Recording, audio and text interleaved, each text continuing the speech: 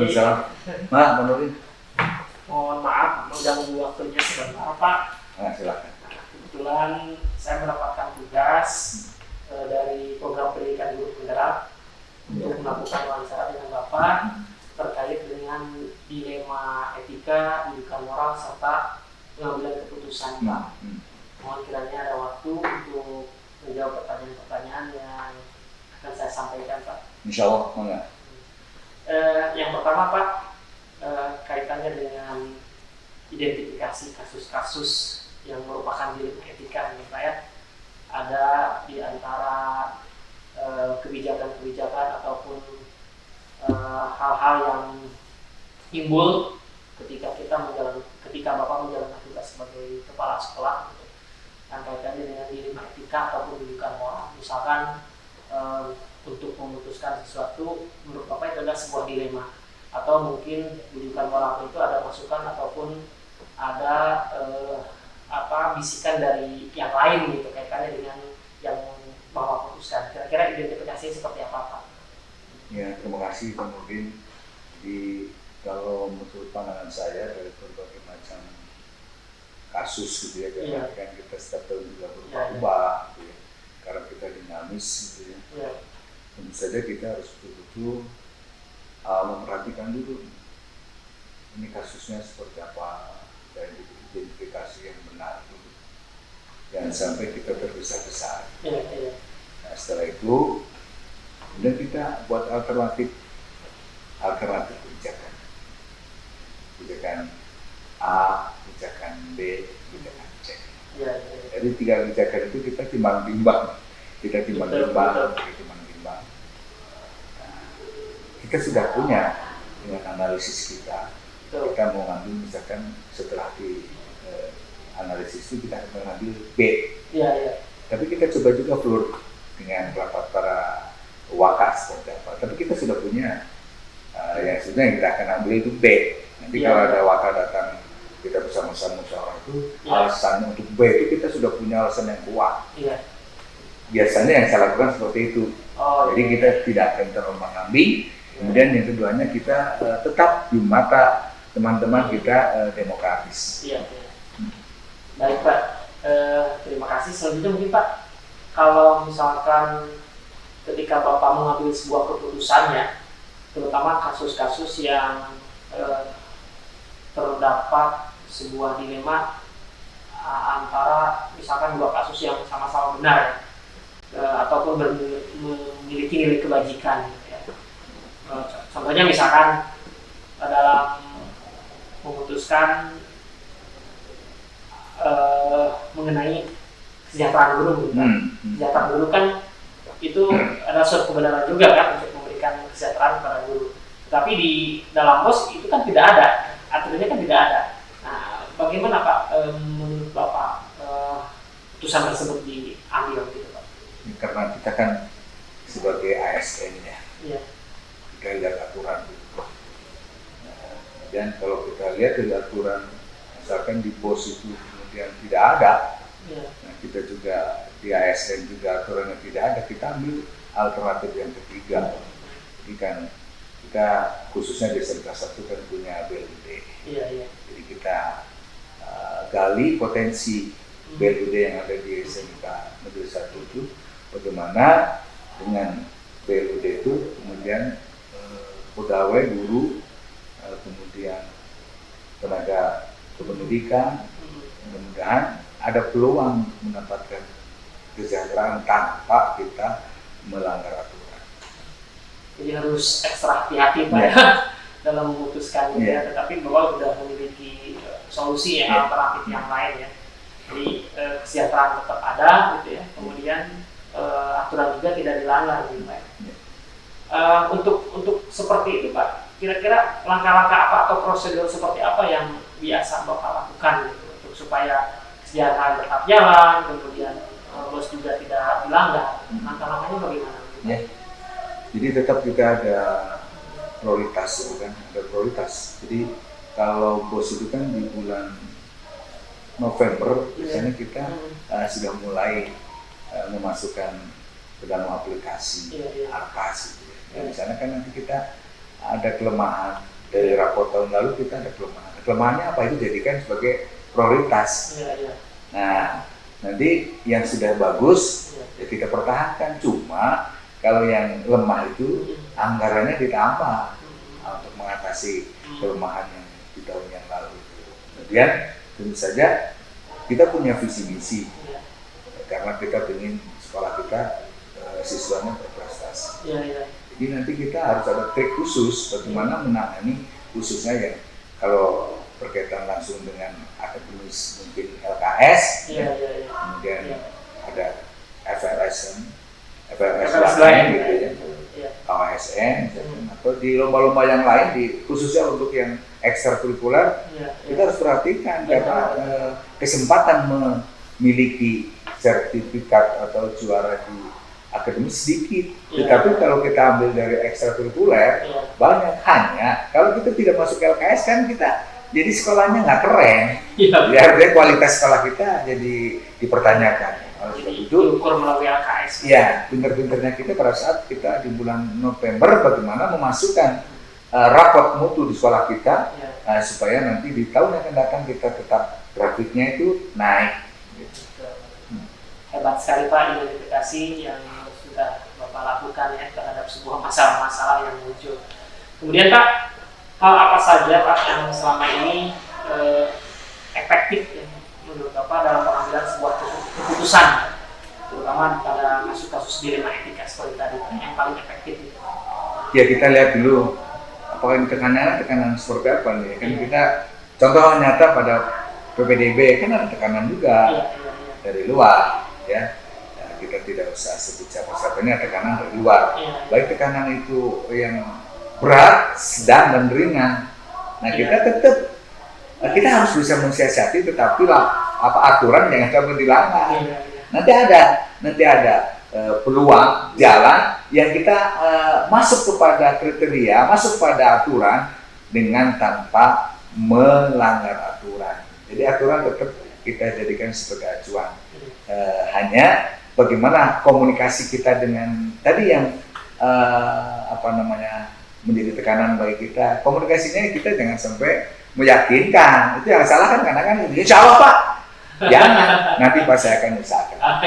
Jadi tapi kita usahanya betul optimal. Hanya bahasa ke atas, bahasa keluar itu dengan bahasa yang sangat tidak menjadi patokan.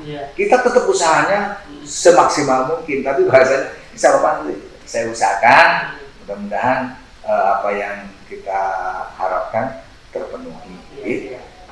Jangan PHP Pak. Nah, itu kan bahaya itu. Nanti bisa-bisa jadi kita disalahkan. Sangat jelas sekali Pak ya, sangat terperinci sekali penjelasan dari Bapak.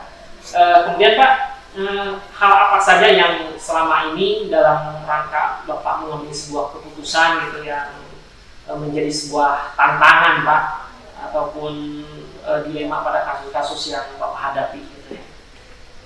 Tergantung masalahnya apa gitu ya. Jadi kalau masalah kita terutama untuk akademis, saya kadang-kadang bisa lompat dari dalam artian secara kriteria aturan kita masuk, tetapi mungkin waktu yang berbeda. Jadi sebagai contoh begini, kalau kemudian di industri itu yang dibutuhkan adalah komunikasi bahasa asing dengan baik, tidak berarti sebuah tata bahasa diutamakan.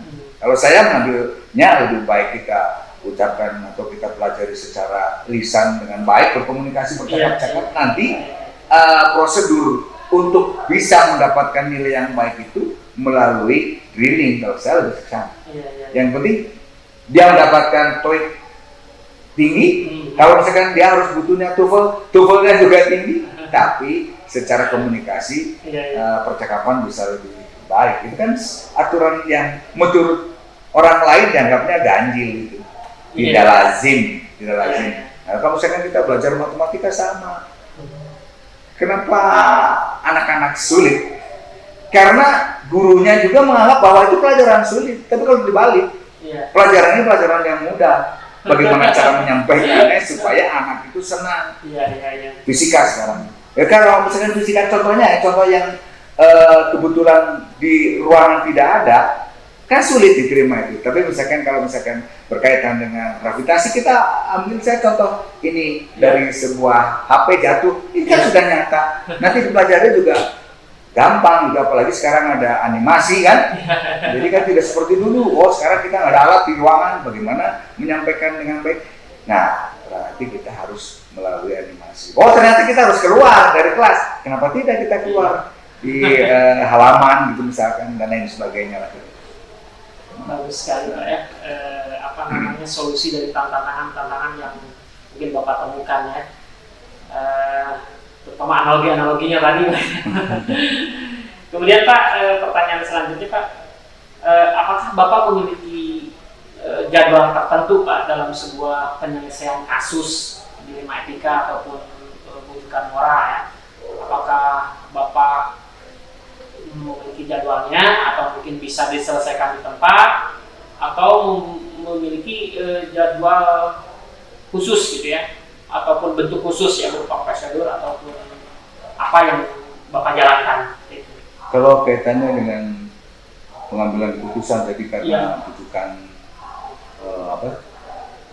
moral dan lain sebagainya itu kan kasuistis dan tidak bisa dijadwalkan. Tentu saja kita adalah menghadapi hal-hal yang sifatnya tak terduga, insidentil.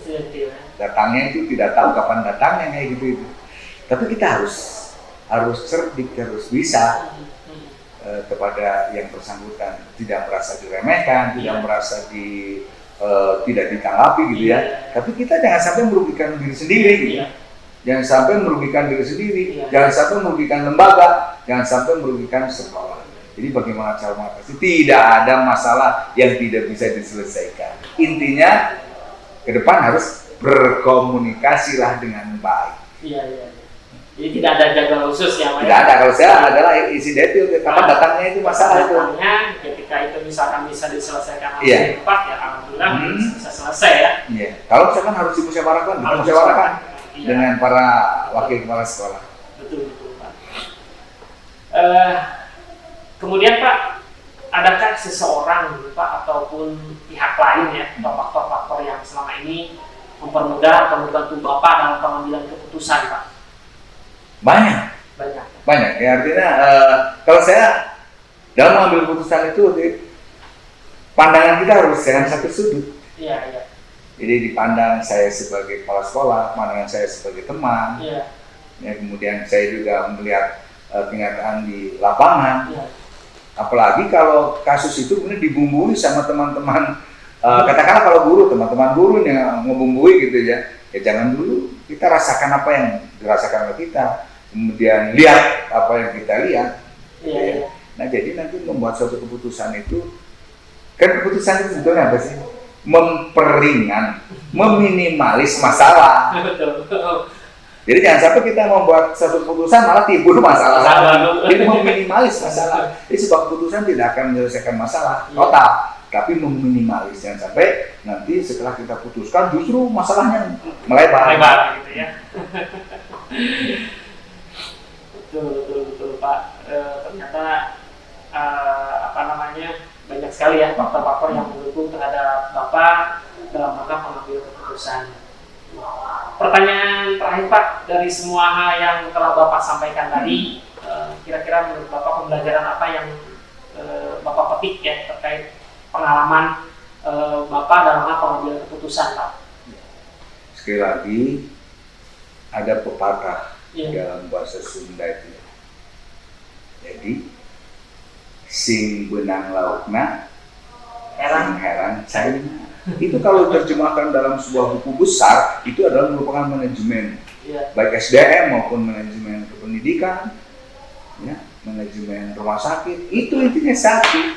Jadi masalah itu bisa diselesaikan, tentu saja dengan membuat satu alternatif keputusan, alternatif kebijakan, kemudian dikaji alternatif itu sebelum diputuskan. Nah ternyata nanti ke depan tuh ini kayaknya sulit, ini kayaknya berisiko. Nah itu baru kita rapatkan. Apa maksudnya untuk menimbang berpendapat pembantu kita, khususnya para wakil kepala sekolah, supaya ikut berpikir dan meringankan kita. Oh, ternyata sebetulnya, nah setelah mendapatkan masukan-masukan dari wakil kepala sekolah, ya mendukung satu keputusan yang sebetulnya saya sudah yakin keputusannya di situ, tapi kita butuh butuh dukungan. Artinya setelah dianalisis, oh ternyata benar dari teman-teman wakil kepala sekolah juga ke situ. Ya. Dan kuncinya satu adalah sekali lagi komunikasi. Betul. Aduh, terima kasih Bapak, menarik sekali ya apa yang Bapak sampaikan, dan juga bisa menjadi sebuah pengetahuan, informasi, pencerahan bagi saya ya, terutama bagi saya yang sedang melaksanakan program pendidikan guru penggerak. Terima kasih Bapak sekali lagi atas waktunya. Mohon maaf sudah mengganggu aktivitas Bapak. Selamat Pak Nurdin untuk mengikuti kegiatan guru penggerak. Mudah-mudahan bertambah banyak wawasan, kemudian juga pengetahuannya untuk nanti ke depan dijadikan sebagai acuan pada saat kita nanti ke depan memegang pucuk pimpinan. Amin. Terima kasih. Assalamualaikum. Waalaikumsalam.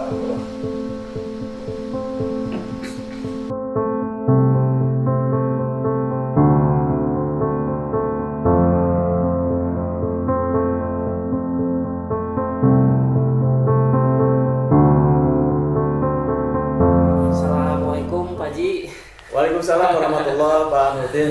Selamat datang di SMK 10. Ya, mohon maaf mengganggu waktunya sebentar. Tidak, ya. Kebetulan saya mendapatkan tugas dari program pendidikan guru penggerak, yang pada kesempatan ini saya sebagai salah satu pesertanya untuk melakukan wawancara kepada 3 orang kepala sekolah, khususnya yang ada di Kabupaten Garut mungkin.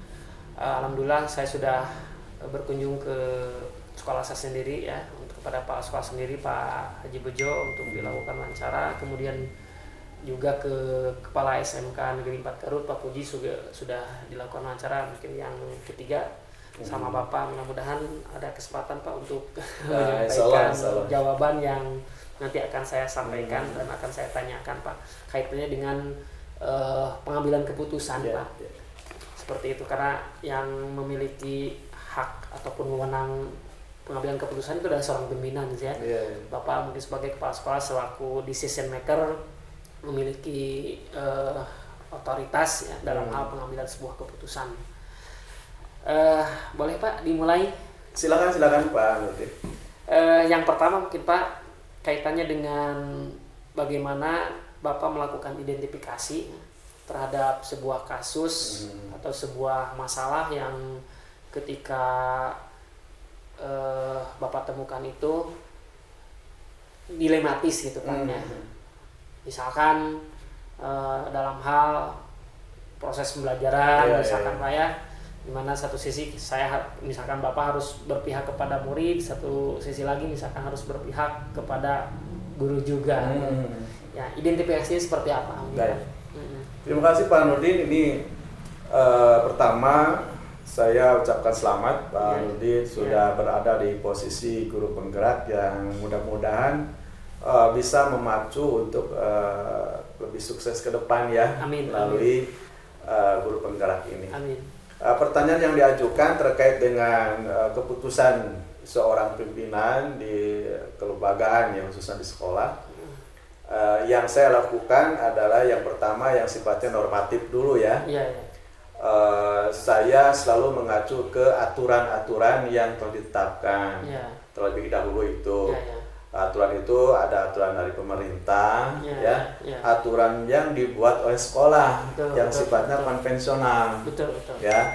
Nah, aturan yang dari pemerintah itu saya selalu sosialisasikan, baik itu tata aturan bagaimana sebagai seorang pegawai pemerintah, PNS ataupun non PNS itu harus dipahami dulu aturan itu oleh semua personal yang ada di lembaga itu, stakeholder dan semuanya. Lalu ada aturan yang sifatnya internal, hasil konvensional, konvensi di sini disepakati gitu. Aturan itu ya menyangkut kelembagaan tentu saja.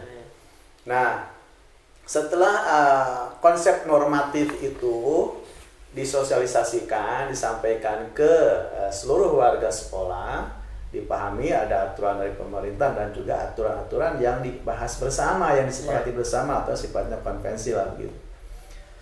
Baru nanti kita payung hukumnya itu dulu yang jadi landasan. Nah, kadang terjadi kasus-kasus lah. Kasus apapun yang namanya sebuah lembaga muncul, bisa jadi kasus terjadi misalnya ada guru yang mungkin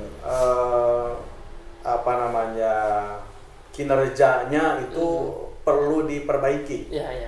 Nah, itu baik itu PNS ataupun non PNS ya, itu untuk ataupun TU. Nah, saya selalu mengembalikan ke yang normatif. Nah, kalau ada kasus saya sandarkan ke normatif, baru saya ngambil tindakan seperti itu, supaya dia juga paham, merasa kalau memang dia merasa bersalah ya karena aturannya sudah jelas gitu itu. Nah, ada guru yang mungkin tidak hanya di hampir beberapa sekolah lah, kalau namanya kinerja itu perlu digenjot ya seperti itu. Betul.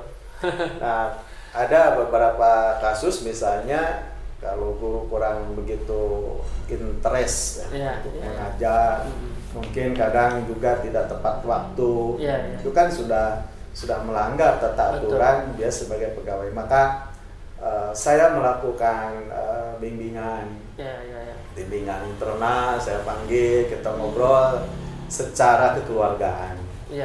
Lalu apa penyebabnya sampai terlambat? Bisa jadi alasannya ya macam-macam lah itu. Tetap saya sandarannya itu. Lalu ada juga aturan yang sifatnya internal, Pak. Seperti aturan-aturan kesiswaan, Pak. Saya bahas di aturan internal di sini karena kita punya kultur sendiri di SMK 10. Contoh begini, di SMK 10 itu anak-anak harus datang itu 6:30 sudah ada di sekolah. Nah, lalu anak berbaris dan anak-anak apel. Nah, ketika apel, anak-anak baca Asmaul Husna, baca sholawat, baca surat Al-Kahfi, ayat 10 ayat pertama itu secara serentak bareng. Lalu setelah baca ayat-ayat itu, ya surat-surat Al-Kahfi, anak itu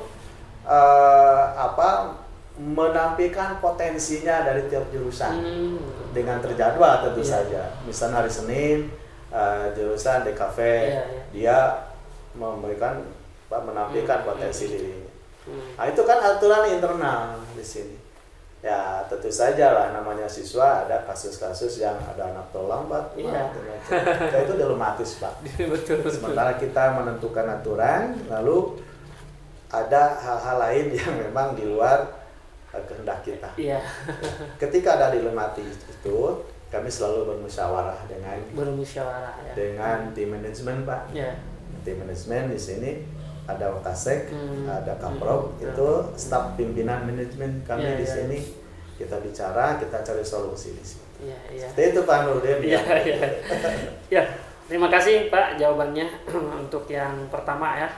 Kemudian yang kedua, Pak, selama ini bagaimana Bapak menjalankan keputusan di sekolah, Pak, terutama kasus-kasus yang artinya memiliki kepentingan yang sama, Pak ya. Misalkan sama-sama benar gitu, Pak ya.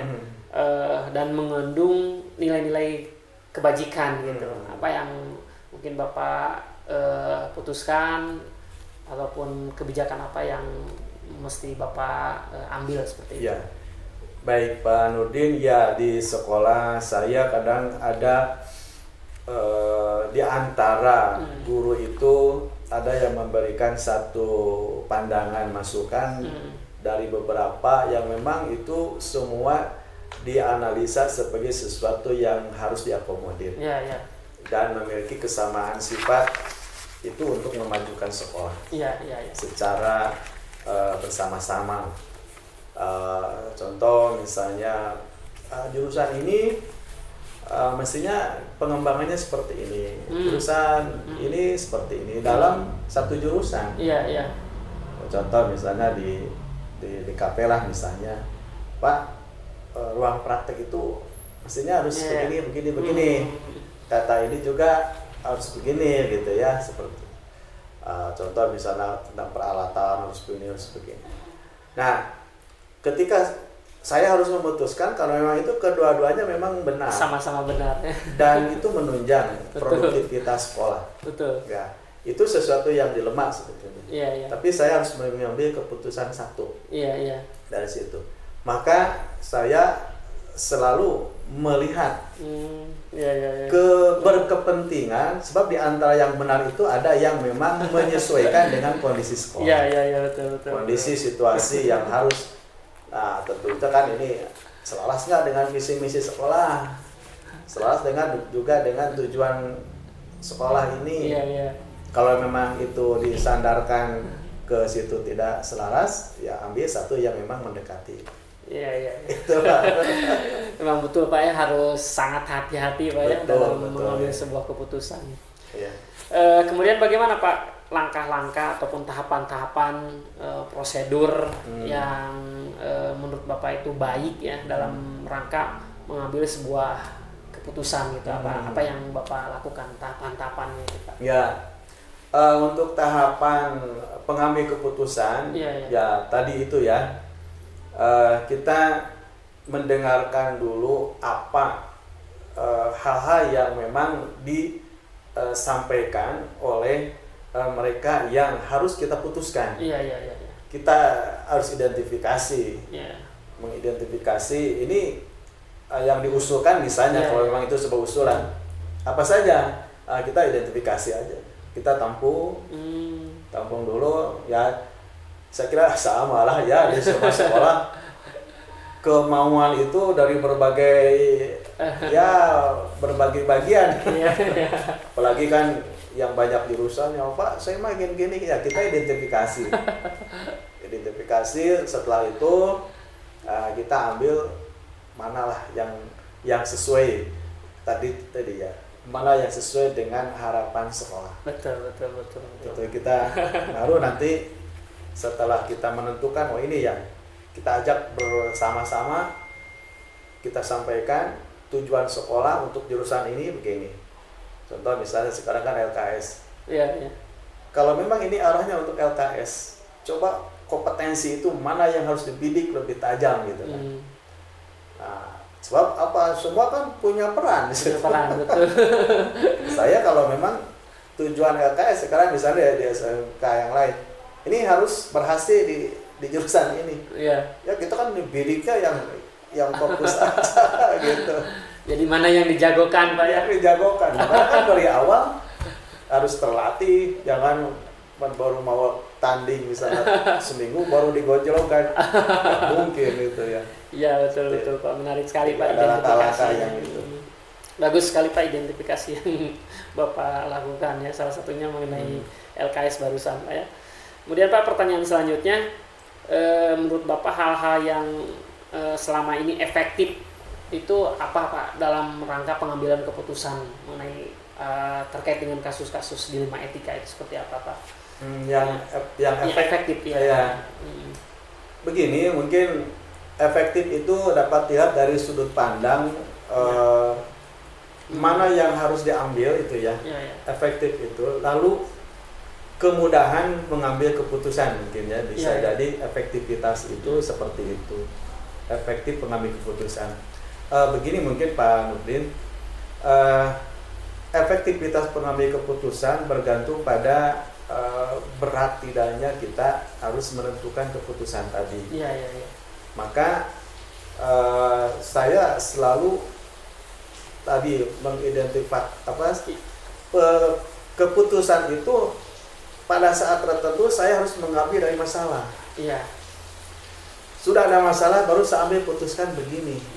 Itu menurut saya lebih efektif. Ya. Contoh misalnya ketika ada kasus siswa, ada kasus siswa, ada siswa misalnya melakukan hal di luar aturan sekolah. Iya. Nah, itu kan ada masalah. Saya akan putuskan anak harus begini. Jadi yang saya lihat keputusan itu bisa jadi lebih efektif ketika muncul adanya masalah. Iya. Kadang-kadang kita sudah merencanakan begini. Iya. Tapi tidak muncul masalah. Nah, ada masalah, kita putuskan seperti ini. Baru efektif Pak ya. Lebih efektif. Lebih efektif. Iya betul Pak. Sangat terperinci sekali Pak, jelas ya jawaban yang Bapak sampaikan ini mengenai keefektivitasan dalam pengambilan keputusan. Kemudian Pak, selama ini ketika Bapak mengambil sebuah keputusan ya, tantangan ataupun hambatan apa yang Bapak temukan gitu, terutama yang kaitannya dengan dilema etika tadi Pak. Ya, di sekolah itu hubungan emosional kita itu lebih tinggi Pak. Betul. Lebih tinggi hubungan emosional dengan staf semua, guru ataupun staf. Nah, ketika kita sudah berbicara hubungan emosional, lalu kita harus memutuskan sesuatu, kadang itu terasa berat. Kadang-kadang ada keberpihakan misalnya ya, karena ini sudah lebih dekat dengan kita, hubungan emosional kita lebih dekat. Ya kadang kita kaku ketika mau mengambil keputusan. Tapi kalau mereka mau tegas, mau membuat sekolah ini lebih baik, maka sirnakan dulu lah keakraban hubungan, karena ini ada peran tugas. Kalau hubungan emosional secara keakraban kekeluargaan kesampingkan saja dulu, itu di luar dari kedinasan. Contoh misalnya kan di guru di sini tidak sedikit yang ada teman gitu, tidak sedikit yang ini juga lebih ini. Nah itu kan kita kaku. Nah, kalau kita mau berprinsip ke normatif tadi, udah kita kesampingkan dulu, ini teman, ini misalnya kan seperti kita fokus dulu untuk sekolah gitu. Itu yang seharusnya. Betul ya. Jadi untuk mengurangi hambatan terlebih dahulu dari awal dulu dibangun hubungan yang positif Pak ya. Betul. Kemudian Pak, selanjutnya nih Pak, kaitannya dengan pengambilan keputusan, apakah Bapak memiliki jadwal tertentu dalam sebuah penyelesaian kasus atau Bapak menyelesaikannya secara langsung gitu dalam mengambil sebuah keputusan tersebut? Baik. Bergantung jenis kasusnya Pak Medin. Ada kasus yang memang ini harus diselesaikan dalam kurun waktu tertentu. Ada juga kasus itu harus selesai saat itu juga. Jadi bergantung pada keberadaan kasus yang terjadi. Betul. Ya, kalau menyangkut misalnya menyangkut siswa, saya harus selalu menuntaskan saat itu juga. Karena banyak hal lah yang terkait dengan kesiswaan misalnya. Tapi kadang ada juga kasus, ini harus menunggu dulu dari kesiswaan itu dengan orang tua. Harus menyelesaikan dulu, kan itu perlu waktu. Itu artinya bergantung pada berat tidaknya sebuah kasus itu. Seperti itu kayaknya. Jadi tergantung daripada bagaimana kasusnya Pak ya, ringan atau berat. Bisa juga misalkan dapat diselesaikan secara langsung, bisa pula mungkin dalam jangka waktu tertentu Pak ya. Tapi tidak ada jadwal khusus Pak ya. Secara terjadwal sementara ini belum pernah terjadi di sini. Baik Pak. Selanjutnya Pak, adakah pihak-pihak lain atau faktor-faktor lain yang mendukung ataupun mensupport ya, atau mempermudah gitu ya, untuk memberikan sebuah keputusan yang Bapak sampaikan gitu? Baik, ini kan menyangkut siapa yang menuntaskan kasus itu. Apakah itu perlu dituntaskan, cukup dituntaskan di sekolah, atau perlu ada pihak-pihak lain yang membantu atas penyelesaian masalah. Nah, tadi ya kita bergantung pada kasusnya itu. Ada juga kadang di sekolah ini ada kasus yang memang ini tuntas oleh kita saja. Tapi tidak menutup kemungkinan di sini juga ada kasus ini harus melibatkan yang lain. Contoh misalnya siswa, ada yang bisa diselesaikan di sini cukup dengan guru, siswa, wali kelas selesai. Ada juga ini harus dipanggil orang tuanya nih. Adanya pihak orang tua. Ada juga coba panggil komite gitu untuk menuntaskan ini, katakan kasus siswa lah misalnya. Kesiswaan juga gitu ya seperti itulah. Jadi ada yang kadang cukup diselesaikan oleh yang bersangkutan kalau di kelas udah oleh guru selesai kan gitu. Ada juga yang lain. Ya, jadi artinya tidak berdasarkan keputusan sendiri Pak ya. Perlu pertimbangan dari pihak lain ya, dari faktor-faktor lain ya, dukungan ataupun yang dapat membantu mempermudah terjadinya sebuah keputusan ya Pak ya. Yang terakhir nih Pak, satu lagi Pak, dari semua hal yang telah Bapak sampaikan ya, pembelajaran apa yang dapat Bapak petik ya, ataupun pengalaman apa yang dapat Bapak petik ya, hikmahnya dalam mengambil sebuah keputusan Pak. Ada hal yang menarik ya, dan ini mungkin bisa dijadikan hikmah ketika kita berada di sebuah kelembagaan atau organisasi. Tiap lembaga organisasi itu sangat dinamis. Nah, ketika saya mungkin berharap ya ke teman-teman belajar bergabung di sebuah organisasi. Ketika kita ada sebuah masalah di organisasi, itu ada hikmahnya kita bisa menyelesaikan tuh masalah gitu ya. Betul. Yang lain-lainnya yang pada dasarnya itu secara substansi itu mirip-mirip. Nah, kita kan bisa jadi terjadi masalah di keluarga. Oh, ini mirip-mirip dengan masalah di sekolah gitu ya. Nah, kita tuntaskannya seperti ini. Jadi ada strategi-strategi yang memang hanya diperoleh penyelesaiannya itu oleh teman-teman dari sebuah organisasi. Mungkin sekolah atau organisasi apa saja. Jadi bagus sekali lah kita kalau bergabung di sebuah organisasi yang tentu saja organisasi yang memang positif ya. Nah, di lembaga, apalagi di sekolah gitu. Sekolah ini sangat unik. Hikmah untuk mengambil keputusan bermanfaat di sekolah itu lebih banyak pastinya variatif ya. Anak-anaknya ada, orang dewasanya ada, ya seperti itu. Banyak sekali tentunya Pak ya hikmahnya, pengalaman-pengalaman yang positif yang dapat dipetik ya, untuk menuntaskan atau untuk menyelesaikan kasus-kasus ataupun masalah-masalah yang ditemukan bisa saja mungkin terjadi selanjutnya mungkin Pak ya. Betul. Ya. Baik Bapak, terima kasih atas waktunya. Sama-sama Pak Nurdin. Atas apa yang tadi Bapak sampaikan, alhamdulillah bisa menjadi sebuah wawasan baru, pengetahuan baru buat saya, pencerahan juga buat saya, terutama kaitannya dengan tugas saya dalam rangka menjalankan program pendidikan guru penggerak di angkatan ke-7 ini. Mudah-mudahan Bapak sehat selalu. Amin. Terima kasih Pak Nurdin atas doanya dan sukses selalu. Amin. Semoga cepat selesai. Amin. Tugas guru penggeraknya. Amin. Luar biasa guru penggerak ini.